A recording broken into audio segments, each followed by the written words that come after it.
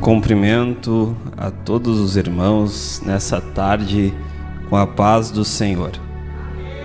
Meus irmãos, por gentileza, abram vossas Bíblias no livro de Filemon, capítulo único, E o versículo de número 16. Filemon, número 1, versículo 16. Filemon fica no Novo Testamento, depois de Tito e antes de Hebreus. É um livro de um único capítulo apenas. Filemon 1, 16. Todos os irmãos encontraram? Diz assim a palavra de Deus: não já como servo, antes mais do que servo, como irmão amado, particularmente de mim e quanto mais de ti, assim na carne como no Senhor. Amém? Podeis tomar os seus assentos nessa tarde. E eu peço que você permaneça com essa sua Bíblia aberta nesse livro de Filemon, que nós vamos contar a história desse livro nessa tarde. Sou grato a Deus pela oportunidade de estar aqui pregando na tarde da bênção. Também agradeço ao convite do evangelista Joab, que há muito tempo nós tentamos, irmão Joab? E aí eu tento vir e o irmão Joab tenta me convidar, mas hoje Deus estabeleceu esse dia para nós estarmos aqui cultuando com os irmãos. Sou grato a este culto que está uma bênção, já podemos sentir a presença do Senhor. Que você possa abrir o seu coração, porque Deus tem uma palavra para a sua vida nessa tarde. Amém? Hoje Deus ele me conduz a pregar sobre algo muito importante para a nossa geração. Porque a cada dia fica mais claro que a nossa geração é a geração do arrebatamento da igreja. E sabendo disso, devemos viver um relacionamento de paternidade com Deus. Um relacionamento íntimo com Deus. Hoje minha pregação tem base nessa epístola ou carta do apóstolo Paulo direcionada a Filemon. Carta essa que é pouco lida, pouco pregada, porém seu conteúdo é de grande importância para os nossos dias, para hoje, para quem está aqui para ouvir a palavra do Senhor. Para a curiosidade dos irmãos, esse aqui é o quarto menor livro da Bíblia.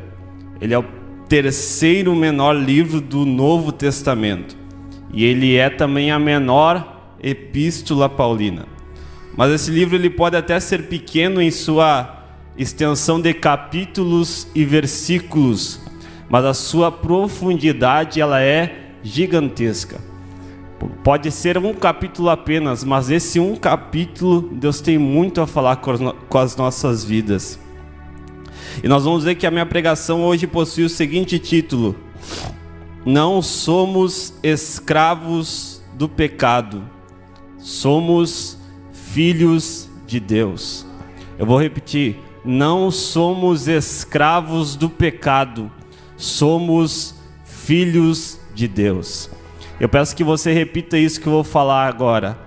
Eu não sou escravo do pecado, eu sou filho de Deus. Amém? O contexto desse texto que nós lemos aqui vai falar que o livro de Filemon ele gira em torno de 3 personagens principais. O primeiro personagem é o mais conhecido de todos, o apóstolo Paulo. Foi ele quem escreveu a carta por volta do ano 60 depois de Cristo. Ele estava provavelmente na cidade de Roma. E ele estava aqui em sua terceira viagem missionária. Nós vamos ver que Paulo estava num contexto de prisão, ou seja, ele estava preso, mas escrevendo uma carta para o seu amigo chamado Filemon. Agora nós vamos ver esse segundo personagem chamado Filemon. Primeiro, o apóstolo Paulo. Segundo, Filemon. Filemon, quem era ele? Ele era grego. Filemon ele morava na cidade de Colossos, os colossenses. Nós vamos ver que esse Filemon aqui ele foi convertido pelo apóstolo Paulo. Nós vamos ver que ele era um homem de boa posição social, Ou seja, ele tinha uma autoridade no meio do povo de Colossos. Ele tinha uma posição social boa. Então ele também era líder da igreja de Colossos. Ele não era qualquer um. Ele era líder daquela igreja. Onde Paulo passava, ele fundava igrejas. E uma das igrejas que ele fundou, ele deixou Filemão como líder dessa igreja. E é para esse homem que Paulo está mandando uma carta. E nós vamos ver que o significado do nome Filemão é esse: aquele que ama, aquele que tem amor. Guarde isso. O significado do nome Filemão é aquele que ama, aquele que tem amor. Você vai entender porque eu estou falando o significado agora. O terceiro personagem principal dessa história é um homem chamado Onésimo. O primeiro, apóstolo Paulo. Segundo, Filemão. Terceiro, Onésimo. Quem era Onésimo? Onésimo, ele era escravo de Filemão. São poucas coisas que nós sabemos desse homem chamado Onésimo, mas uma que nós sabemos, que o livro nos mostra, é que ele era escravo do outro personagem, chamado Filemão. E o significado do seu nome, irmão Joabe, é útil. O significado do nome Onésimo é útil. Isso também tem a ver com a história. Então guarde esses dois significados. O significado do nome Filemão, aquele que ama, aquele que tem amor. O significado do nome Onésimo, útil. E agora nós vamos ver o que aconteceu nessa carta aqui. Qual que é a história que Paulo aqui está escrevendo. O que ele tem de propósito ao escrever essa carta para Filemão. Nós vamos ver que a história começa com esse homem chamado Filemão. Como nós vimos, ele era líder da igreja. E nessa igreja ele pregava sobre o amor de Jesus que chegou para a sua vida, sobre esse amor que transformou talvez a sua família, sobre esse amor que chegou até a cidade de Colossenses. E o seu significado qual que era? Aquele que ama, aquele que tem amor. Mas Onésimo ainda era tratado como escravo. Mas Onésimo continuava sendo escravo. Ele pregava sobre o amor de Cristo. Ele falava sobre o amor de Jesus. Ele tinha sido transformado por esse amor. Mas quem era escravo continuava sendo escravo. Nós vamos ver que talvez Onésimo via isso, olhava para isso e achava que ele não merecia esse amor. Achava que ele não merecia o amor de Deus. Por quê? Porque ele estava numa situação de escravidão. E olhando para aquele contexto que ele estava vivendo naquele momento, alguém pregando sobre Jesus, alguém tendo atitudes que Jesus tinha, mas ele continuava sendo escravo. A palavra continuava a ser pregada, mas ele continuava não vivendo o amor de Jesus na sua vida. Nos dias atuais, Onésimo representa aqueles que estão sendo escravizados pelo pecado, escravizados pelo mundo, escravizados por Satanás. E Filemão é quem? É aquele crente que recebe o amor de Deus, que é transformado por esse amor, mas só compartilha esse amor com alguns. Não compartilha esse amor com todos. Ele só compartilha com aqueles que estão próximos dele. Mas o escravo continua sendo escravo. Aquele que está lá fora, do lado de fora da igreja, do lado de fora da família, do lado de fora do centro das amizades dele, continua sendo escravo do pecado, continua sendo escravo do mundo, continua preso nas amarras do maligno. Então Filemão, aqui nós entendemos que ele se achava melhor que Onésimo, porque Onésimo estava na posição de escravo, ele estava na posição de senhor. Filemão não tinha entendido o evangelho de Cristo de forma verdadeira ainda. Ele tinha recebido amor, mas não tinha o entendimento do que é o verdadeiro evangelho de Jesus. Por quê?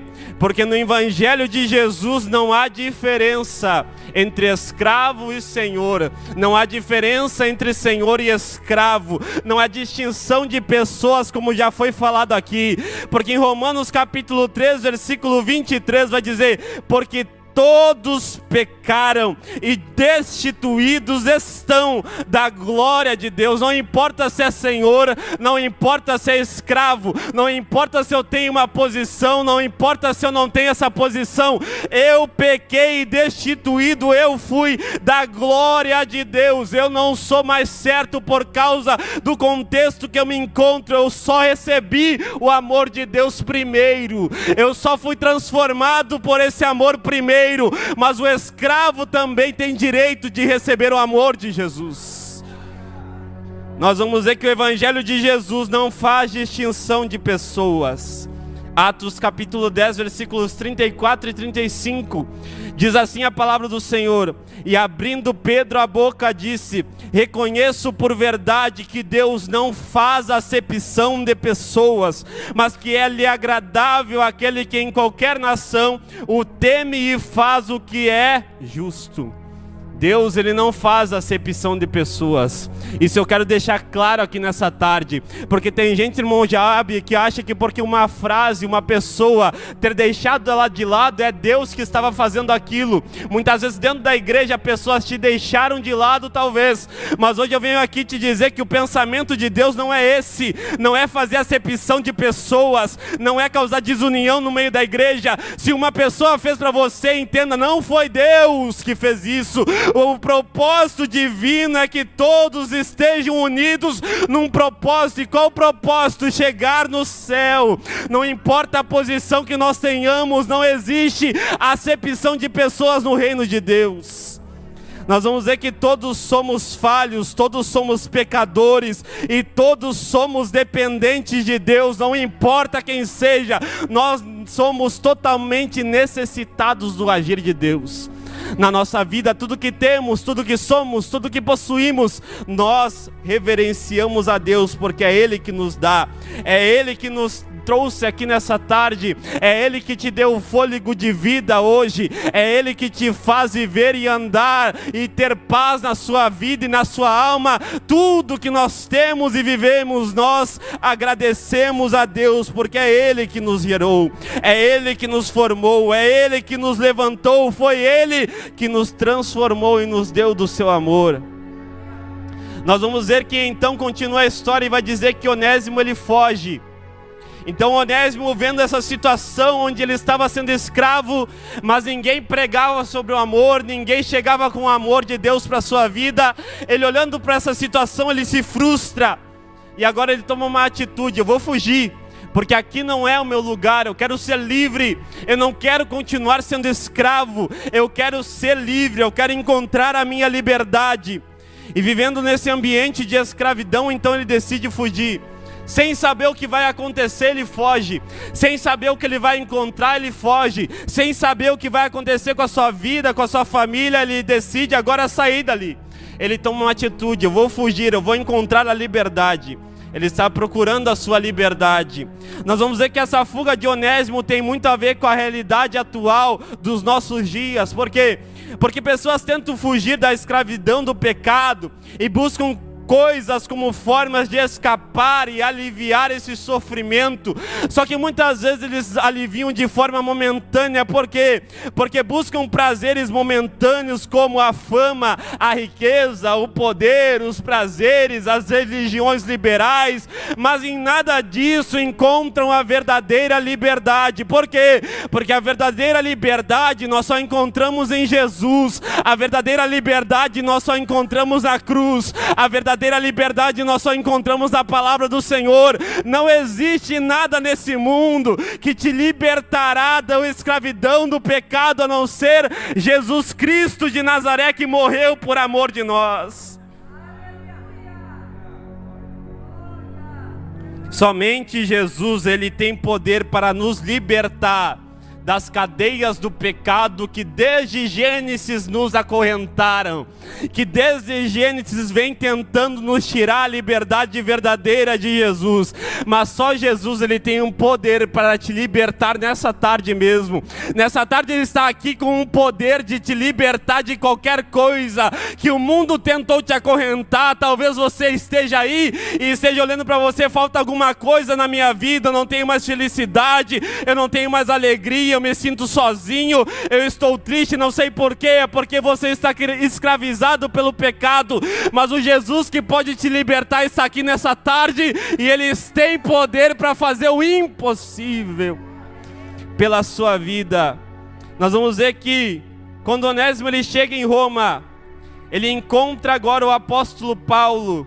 Filemão capítulo 1, versículo 10, vai dizer assim: peço por meu filho Onésimo, que gerei nas minhas prisões. Olha o que o apóstolo Paulo fala. Onésimo sai em fuga e ele chega até Roma, e agora nós vamos ver o que acontece em Roma para esse homem. Onésimo ele chega desesperado, confuso, sem esperança alguma mais da sua vida. Talvez ele vai e foge e diz: eu não tenho mais esperança, eu não tenho mais chance, eu não sei o que eu faço da minha vida, eu cheguei no meu limite. Mas agora olha o que acontece. Nós vamos ver que Paulo, um homem usado por Deus, fala de Jesus para ele, apresenta o amor para um escravo. Ele, Onésimo, agora se converte por conta da palavra e da pregação do apóstolo Paulo. Paulo representa aquele crente que recebeu o amor de Deus e quer que todos que cheguem até perto ou até os que estão longe entendam sobre o amor de Jesus.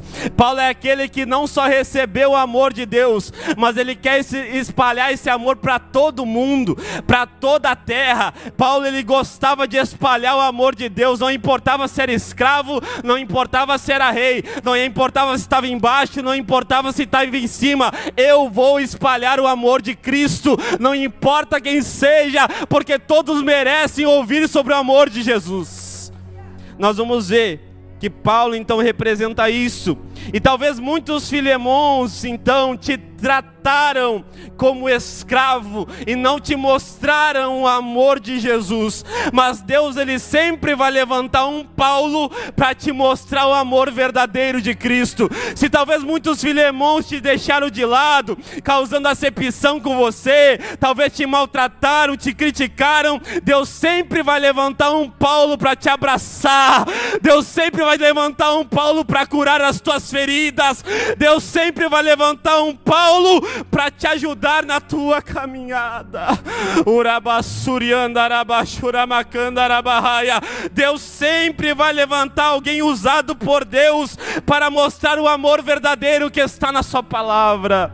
Nós vamos ver que Onésimo ele encontra Jesus no limite da sua vida. Onésimo encontra Jesus no limite. Talvez ele estava pensando até em acabar com a sua vida. Eu vou desistir, isso aqui não é para mim. Talvez muitos chegaram aqui com esse pensamento também. Mas assim pode acontecer conosco, encontrarmos Jesus no nosso limite. E Paulo entendia bem disso, porque ele também encontrou Jesus no limite. Ele estava no caminho de Damasco, mas antes de entrar em Damasco, um resplendor de luz do céu o cercou, e ele foi transformado pelo poder da luz de Jesus. Então Paulo entendia o poder que há na transformação de Cristo no limite da nossa vida. Talvez você chegou aqui no limite nessa tarde. Eu não aguento mais, eu vou desistir de tudo, eu vou abandonar tudo. Mas Jesus está dizendo para você hoje: não desista. Você chegou no limite, mas é no limite que eu te encontro. Você chegou no limite, mas é no limite que eu te transformo. Você chegou no limite, mas é no limite que eu te toco nessa tarde. É no limite que eu faço, que eu levanto. É no limite que eu te cerco com resplendor de luz. Nós vamos ver que quando nós achamos que não temos mais esperança, Deus nos reconcilia com Ele. Quando nós achamos que não temos mais ali o amor de Jesus, quando nós não merecemos mais o amor dEle, Ele nos toca com o seu amor e diz: tu pode ser escravo, mas não vai continuar escravo, porque o meu amor chegou para a tua vida, o meu amor chegou para a tua família, o meu amor chegou para o teu ministério, o meu amor chegou para a tua casa. O amor de Cristo chega no nosso limite. Nós vamos ver que Onésimo ele achou que seria livre, só pela atitude de fugir da casa de Filemon. Ele achou que iria encontrar a sua liberdade só por fugir da casa do seu senhor. Ele achou que ia estar bem só por ter fugido da casa dele, mas não. Ele não encontrou a sua liberdade só por ter fugido da casa daquele que escravizava ele. Por quê? Porque a nossa liberdade nós só encontramos em Jesus. A liberdade que Onésimo encontrou, ele não encontrou só por sair da casa de Filemon, ele encontrou quando Paulo pregou o amor de Cristo. Então nessa tarde você não vai encontrar liberdade lá fora, você vai encontrar liberdade através do poder da palavra de Deus. Essa palavra, ela é a liberdade. Por quê? Porque ela mesmo fala dela: e conhecereis a verdade, e a verdade vos libertará. Essa verdade, ela te liberta. Essa verdade que eu prego nessa tarde, ela tem o poder para te libertar do pecado, ela tem o poder para te libertar do inferno, ela tem o poder para te reconciliar com Deus. Nós vamos ver que a nossa liberdade nós só encontramos em Cristo. Toda a escravidão, ela foi quebrada na cruz, irmão Joabe. Basta nós crermos na cruz. João capítulo 3, versículo 16. Porque Deus amou o mundo de tal maneira que deu o seu Filho unigênito, para que todo aquele que nele crer não pereça, mas tenha a vida eterna. Jesus teve um sacrifício perfeito, desceu do seu trono para morrer por nós, nasceu para morrer por nós, e ele disse: todo aquele que crer em mim será salvo, mas todo aquele que não crer será condenado. Então a nossa liberdade nós só encontraremos em Jesus. A nossa liberdade nós só encontraremos na cruz de Cristo. A nossa liberdade nós só encontraremos na palavra do Senhor. Nós vamos ver que através da cruz o véu do templo foi rasgado de alto a baixo. A palavra nos mostra que nos dá um livre acesso para um relacionamento com esse Deus que é o nosso Pai. Então a cruz, ela nos deu uma liberdade de nos voltarmos a relacionarmos com o nosso Deus. O que o pecado tirou, agora Cristo nos deu um direito de nós começarmos a nos relacionarmos novamente com Ele. O que o pecado barrou e criou uma barreira que nós não conseguíamos nos relacionar com Deus, agora a cruz quebrou todas as barreiras, a cruz tirou todos os empecilhos, a cruz nos deu um livre acesso para sermos livres em Jesus. Nós vamos ver que através da cruz o pecado que nos escravizava foi vencido por Jesus. Se não fosse Jesus e a cruz, nós não continuaríamos sendo escravizados pelo pecado. Se não fosse a cruz e Jesus, nós estávamos até hoje escravizados pelo pecado, mas porque a cruz existiu e Jesus estava nela, nós hoje estamos livres em Jesus. Nós hoje estamos livres para adorar a Jesus. Nós hoje estamos livres para exaltar ao Senhor. Nós vamos ver que continua a história. Onésimo agora, olha o que eu vou falar. Onésimo, ele é liberto dentro da prisão. Onésimo é liberto dentro da prisão. Que frase contraditória, não é mesmo? Como é que uma pessoa vai ser liberta dentro da prisão?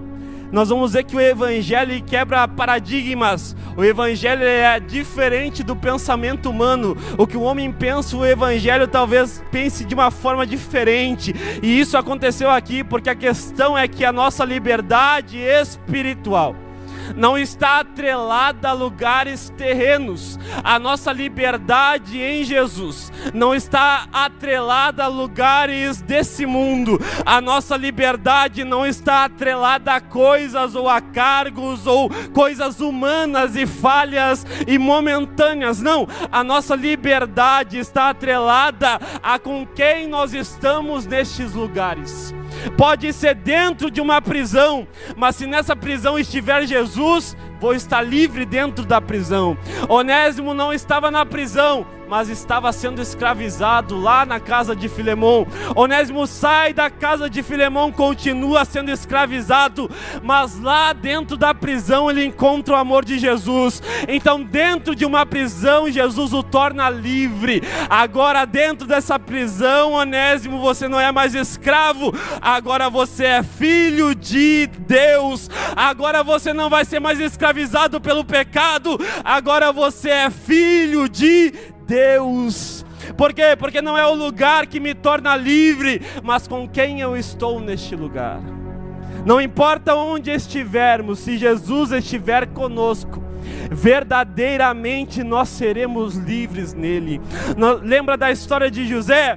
Ele foi escravo, mas ele era livre. Ele foi preso, mas continuou sendo livre. Não importa onde as pessoas queiram te levar, se você estiver cheio desse Jesus, ninguém vai conseguir te prender espiritualmente falando, porque a liberdade de Jesus não importa onde você esteja. Assim como Paulo escreveu muitas cartas dentro da prisão, mas estava livre em Jesus, da mesma forma você não importa onde você esteja, não importa o lugar que você esteja, não importa o lugar que te leve, pode te tirar de cargo, pode te tirar de ministério, pode te tirar do que for, mas você vai continuar livre em Jesus, porque não importa onde você estiver, se Jesus estiver na tua vida, você vai ser livre, verdadeiramente livre nele.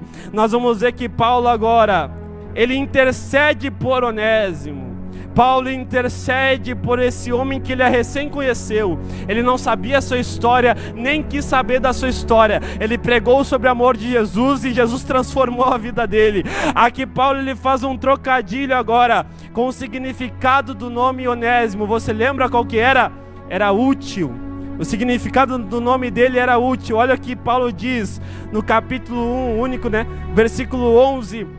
Filemon 1:11 diz assim: o qual no outro tempo te foi inútil, mas agora a ti e a mim muito útil, eu te tornei a enviar. Paulo entendia o significado do nome dele. Onésimo estava lá dentro da casa de Filemon e o significado do nome dele era útil, mas para Filemon ele era um inútil. Mas depois agora Paulo vai interceder por a vida dele e vai dizer: para ti ele era um inútil, mas para Deus ele é muito útil. Para ti ele é um escravo, mas para Deus ele é filho de Deus. Para ti ele pode não ser nada, não valer nada, mas para Deus ele importa muito. Nessa tarde talvez muitos disseram para você: você não é nada, você é ninguém, ou até mesmo o teu pensamento te influencia a pensar nisso: eu não sou nada, eu não sou ninguém. Ou até mesmo Satanás está falando ao seu ouvido: você não é nada, você não é ninguém. Mas Jesus está dizendo: para mim você é filho de Deus. Para mim você não é escravo do pecado. Eu não te chamei para ser escravo do pecado, eu não te chamei para ser escrava do pecado, eu te chamei para ser filho e filha de Deus. Esse foi o chamado para a tua vida.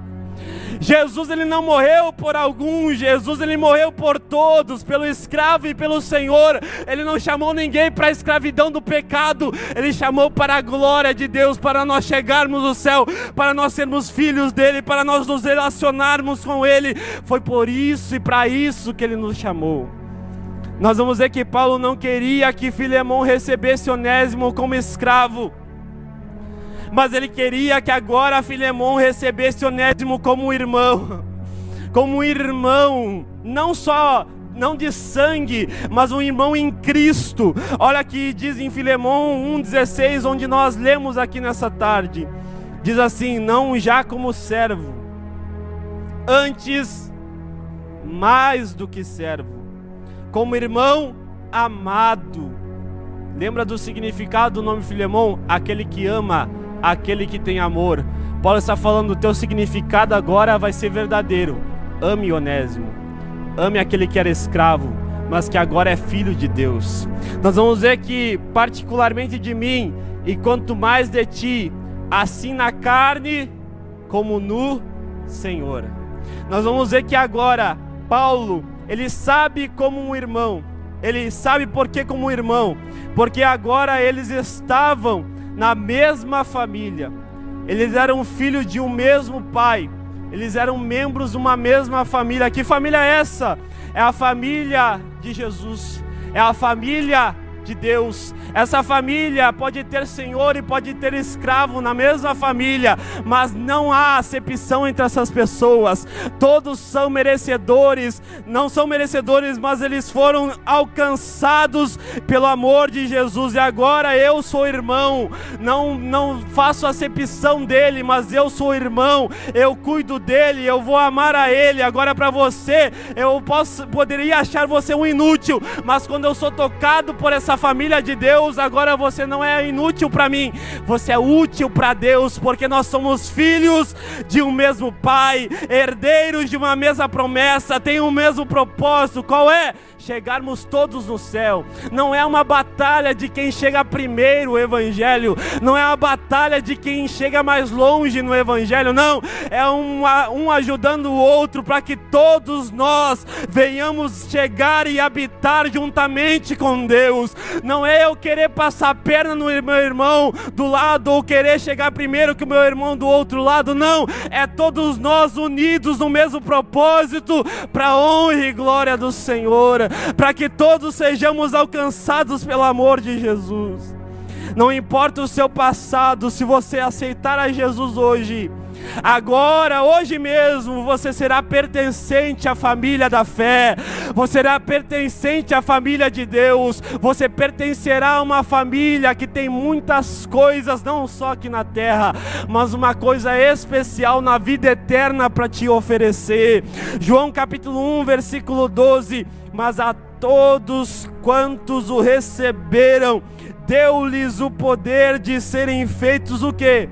Filhos de Deus, aos que creem no seu nome. Então nós vemos que todos pecaram, destituídos foram da graça de Deus, mas João 1,12 nos dá uma esperança, porque aqui diz: todos quantos o receberam, deu-lhes o poder de serem feitos filhos de Deus. Eu posso ser pecador, eu posso ser errado, eu posso ser falho, eu não mereço o amor de Deus, mas a todos, quando recebem esse amor de Deus nas suas vidas, Deus dá o poder de serem feitos filhos de Deus, não mais escravos do pecado, agora filhos de Deus, não mais escravos do mundo, agora filhos de Deus, não mais escravos de tudo que é ruim dessa terra, mas agora filhos e filhas do Senhor.